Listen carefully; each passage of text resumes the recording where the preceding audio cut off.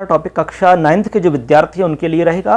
Topic बहुत ही simple है दोस्तों। कारक के भेदों की हम बात करेंगे, कारक के कौन कौन से भेद होते हैं और उसकी संक्षिप्त हम जानकारी आपको देंगे। कारक के जो भेद हैं, हम जानते हैं कि संस्कृत के अंदर कारक 6 प्रकार के होते हैं। उसमें हम सबसे पहले हम बात करते हैं दोस्तों कारक में कर्ता कारक की। तो कर्ता कारक क्या होता है, सबसे पहले इसी को हम जान लेते हैं। क्रिया संपादक कर्ता, यानी क्रिया का जो संपादक होता है बच्चों, उसी को हम कहते हैं कर्ता, यानी कि क्रिया का संपादन करने वाले को कर्ता कारक कहते हैं। इसका कारक का चिन्ह ने होता है, कर्ता ने। अब आप इसको उदाहरण से समझेंगे तो बहुत अच्छे समझ जाएंगे। जैसे उदाहरण है सह पुस्तकम पठति, वह पुस्तक पढ़ता है। तो यहाँ पर पढ़ने का जो आपकी पढ़ने की क्रिया है उसका संपादक कौन है, वह। तो वह जो है वो कर्ता हो गया। अब हम बात करते हैं कर्ता कारक के बाद में कर्म कारक की। अब कर्म कारक क्या होता है, सबसे पहले आप ये समझिए।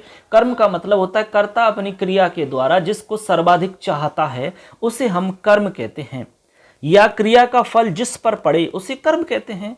जैसे उदाहरण से आप समझ लीजिए, उससे आपको समझ में आ जाएगा। जैसे कि राम आम खाता है, ठीक है, तो राम आम्रम खादति। तो यहाँ पर जो आपका कर्ता राम है और अपनी क्रिया कौन सी है, खाने की। तो अपनी क्रिया के माध्यम से सबसे ज्यादा किसको चाह रहा है, तो बच्चों किसको चाह रहा है, आम को। तो यहाँ पर आम क्या हो गया, कर्म हो गया। ऐसे आप समझ सकते हैं। करण का मतलब होता है साधन, यानी क्रिया को करने में जो अत्यंत सहायक हो उसे हम क्या कहते हैं, कर्ण कहते हैं। जैसे राम कलमेन लिखती, राम कलम से लिखते हैं। तो यहाँ पर कलम साधन हो गया, तो इसको हम कहते हैं कर्ण कारक। अब बात आती है संप्रदान कारक की। संप्रदान का मतलब होता है दान। संप्रदान का मतलब क्या होता है, दान देना, यानी अच्छी प्रकार से जो दान दिया जाता है, जो दिया जाता है वो आपका संप्रदान होता है। सम्यक रूपेण जो दिया जाता है वो संप्रदान है।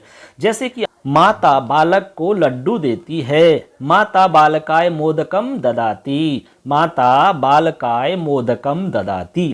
तो यहाँ पर क्या हो गया, आपका यहाँ संप्रदान हो गया, ठीक है। क्या लड्डू यहाँ पर दिया जा रहा है, तो आपका अपादान। अपादान का मतलब होता है अलग होना, तो अलग होने के अर्थ में अपादान होता है, ठीक है।